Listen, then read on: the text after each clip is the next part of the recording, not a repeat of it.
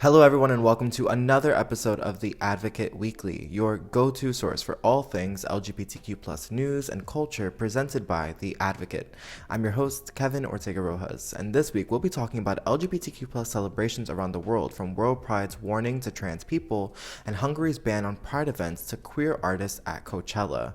And this week's special guest is queer Latina actress Juani Feliz, who is stepping into the action-packed world of The Equalizer, starring Queen Latifah on CBS. But first, let's get into this week's top headlines. We begin in Europe, where Hungary has enacted a constitutional amendment that effectively bans public LGBTQ plus events, including Pride. This represents a significant escalation in the country's ongoing campaign against LGBTQ plus rights and people. As Advocate reported this week, the amendment not only prohibits Pride celebrations, but also grants the government the power to use facial recognition technology to identify attendees at any prohibited events. Activist groups fear this technology will be used to create databases of LGBTQ plus individuals and their allies, potentially leading to harassment or discrimination. The amendment is the latest in a series of anti-LGBTQ plus measures implemented by Prime Minister Viktor Orban's government, which claims these policies are necessary to protect children from what it calls gender ideology. In response to the ban, Hungarian LGBTQ plus activists staged a gray pride protest, donning gray clothing to symbolize the stripping away of their rights. As one protester said, "We may be forced to hide, but we will not be silenced. We will continue to resist this oppression." This amendment has drawn widespread condemnation from international human rights organizations who view it as a grave violation of fundamental freedoms. Now they're calling on the European Union to take action against Hungary for its systematic erosion of LGBTQ plus rights. Moving on now to World Pride, the annual celebration of LGBTQ plus pride, which changes host locations each year. Well, this year, the organization has had to issue a travel advisory for trans individuals planning to visit the US this summer, where World Pride will be hosted in Washington, D.C. This unprecedented warning is due to the surge in anti-trans legislation across several U.S. states, including laws targeting gender-affirming care, bathroom access, and participation in sports. World Pride emphasized that the safety and well-being of LGBTQ plus travelers is its top priority. The organization cited reports of increased violence and harassment against trans people in certain areas as factors contributing to this advisory. While acknowledging that not all states are equally hostile to trans rights, World Pride advised travelers to research local laws and policies before visiting and to be aware of potential risks. Several queer advocacy groups, including the National Center for Transgender Equality, have echoed this advice and are providing resources to trans travelers to navigate these challenges. This travel advisory serves as a stark but necessary reminder of the increasing polarization of LGBTQ plus rights in the US and the potential dangers facing trans individuals in particular. So whatever your plans are to celebrate Pride this year, take safety into consideration.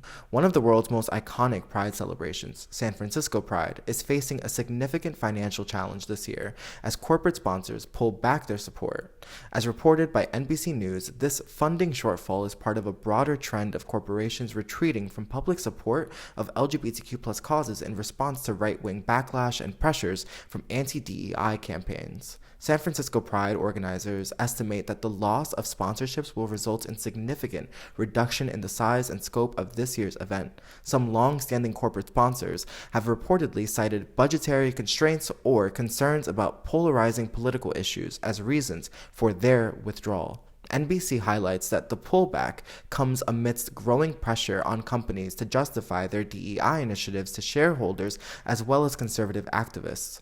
Now, San Francisco Pride organizers have launched an emergency fundraising campaign and are calling on community members to step up and fill the funding gap. They emphasize that Pride is not just a celebration, but also a critical platform for advocacy and visibility of the LGBTQ plus community. These organizers released a statement saying, "We are resilient, but we need our community now more than ever. Pride isn't just a party, it's a protest and a lifeline." When we come back, I'll be joined by actress Juani Feliz. Alrighty, so we are back with actress Juani Feliz. Juani, welcome to the Advocate Weekly. How are you? Yeah, thank you. I'm good. How are you doing? I'm really, really good. I know that you are really busy these days. Congratulations, your daughter just turned one recently, right? Yeah, she did in Yeah. March. Yeah. How's mom life changed you and your wife's lives? They really just take over your life and your heart. Like it's just incredible. It's insane what like being a mother does to your biology, whether you were the one to carry or not. It's just I love her so much. Like sometimes I just stare at her and I cry because I'm like, I can't believe she's mine, you know? I'm a parent, and it's always really interesting. I always ask people like, what does it feel like to be like a queer parent? Because I feel like a lot of people at some point, if they think about having children, usually consider like, oh, I'm like that might not be possible. Yeah, I'm so happy. For a lot of people, I feel like my wife and I have been kind of inspirations on that end of like how you seen a queer couple, a queer family, and bringing kids into the world when so many people advise you not to because of their feelings towards it. But I'm so happy that we were able to make it happen. It was a beautiful journey. And I say to everyone, queer or not, if that's what you want in your life, if you want children, go after it. And there's so many resources now. Has it impacted you yet how you make decisions when it comes to acting in your career? Like, are there things that maybe now you want to do? Like, has it impacted it in like that kind of way? Because I know a lot of actors say, well, now I want to do a cartoon so my kid can hear me. Oh, I haven't thought of that. No, it's funny. I always joke with my wife that I'm going to start making videos like Miss Rachel or something for my daughter. Yes. Um, or like one of the things I did mention, I would want to write a children's book at Mm. some point. I would. But in terms of like acting career, I think what's changed has been more of location, geography, in terms Mm. of like how far I would go for a job, just because I want to be able to see my daughter as much as possible. Yeah. I'm away and working and stuff, so Yeah. that's So probably the only thing that's changed. I think what's opened up has been a lot more mom roles have opened up to me. I look really young. I look a lot younger than I am, but because now I'm an actual mom, people are like, "Oh, well, she's an actual mom." Like, now they buy it. okay, You that's know, exciting. So, one thing that you are doing that's really exciting is this week you'll be on this episode of The Equalizer, which is Mhm. on CBS starring Queen Latifah, and you are introducing the world to the character of Samantha Reed. Mhm. And you're no stranger to high stakes action. You started in DMZ alongside Rosario Dawson, and you've been on NCIS and The Rookie, so you're used to like high stakes, fast action, characters. What made Samantha Reed someone that you were interested in? She's probably been one of the most exciting characters I've gotten to play. She's a little bit of an enigma that has been on the run her whole life with her father. We learn why they've been on the run, but she's had to kind of train. Her father is like a former CIA agent, and he's trained her to be like this martial artist and this like a weapons expert, and she just knows so many things. And so she just felt like somebody that had so much possibility in front of her. She's just so interesting because she's had to be on the run and on a hideout, and uh, that comes with just like she's had to be different people throughout her life. That's one of the things that really drew me to her, is that she's had to be different people in her life because she's been on the run. And as an actor, getting to tap into that, somebody that's had to be different people throughout that life, that was incredibly attractive to me. In my personal life, I feel like I've been different people. I've had different chapters of my life, and that's one of the things that really connected me to her. So she's also just a little badass, and she just is so surprising in how much she can kick ass, in a Yeah. tiny little body. And I'm really excited to see it. And I think folks might be a little curious how we get so much information because The Equalizer is one of those like episodic shows where every week there's we meet a bunch of different people. But this episode is special because it is sort of laying the groundwork for a potential spinoff of The Equalizer, starring you. And as someone who is a huge fan of The Equalizer, I've told you this. It is my absolute favorite show on TV right now. So that idea made me so excited. And I know you can't tell us where it stands, but what was the feeling of that even being a possibility?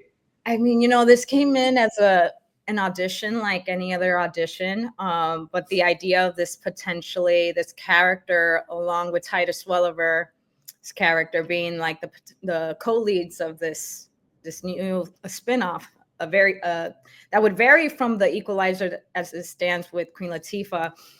That was incredibly exciting because it was going to be like a two-hander. It's going to be like a situation of where's a father-daughter duo doing what Queen Latifah's character does.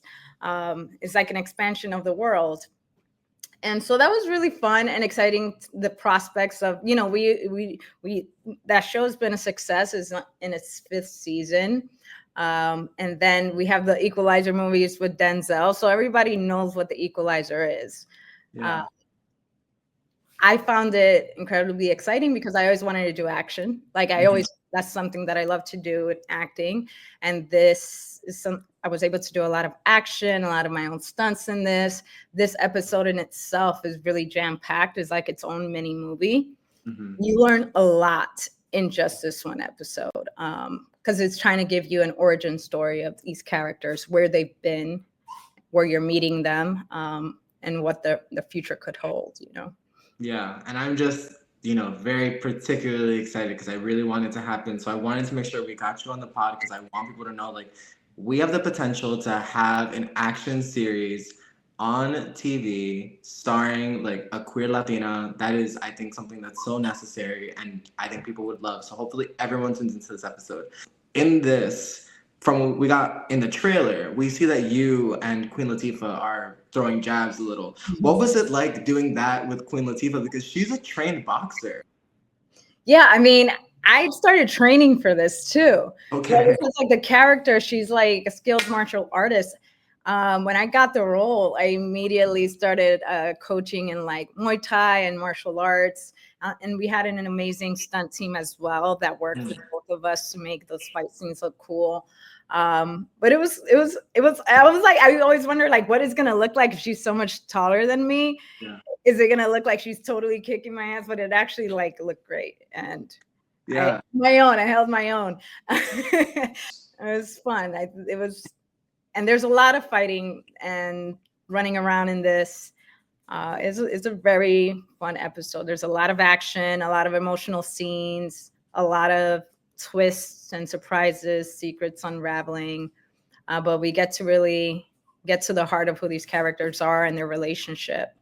Yeah. And yeah, hopefully we get to see more. Hopefully.